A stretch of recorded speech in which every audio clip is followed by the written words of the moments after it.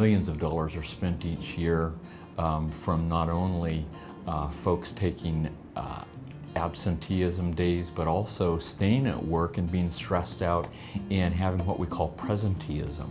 So it's a big issue that companies are looking at. Some estimates show as much as 3/4 of doctors' visits are primarily stress-related. For many people, that stress comes from their jobs. Andy Petkus was no exception. After 14 years of fundraising, she decided it was time for a change. It was a stressful position because my job all day, every day, was to ask people for money. And in our culture, asking people for money, just in general, is stressful. I burned out. I burned out. I just couldn't do it anymore.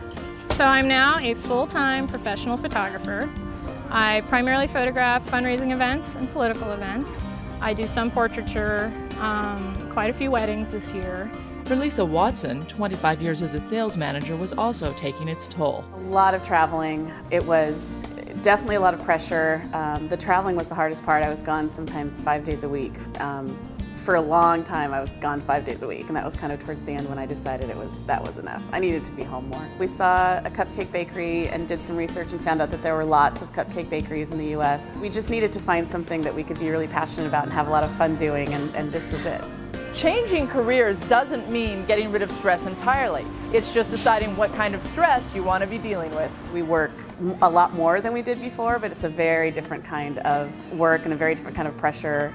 And it's for us, it's not for other people. That's the difference. We decide how much pressure we want to put on ourselves for things to be successful. And if we have a hard day, it's not like you can turn it off like a job. You still carry it with you all the time. But because it's your own and because it's something that you're doing for yourself, it's a completely different feeling. I knew it was going to be, it was a significant pay decrease to switch careers, but I love it.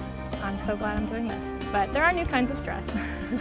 Overall, it's been so worth it. It's just been such a great opportunity.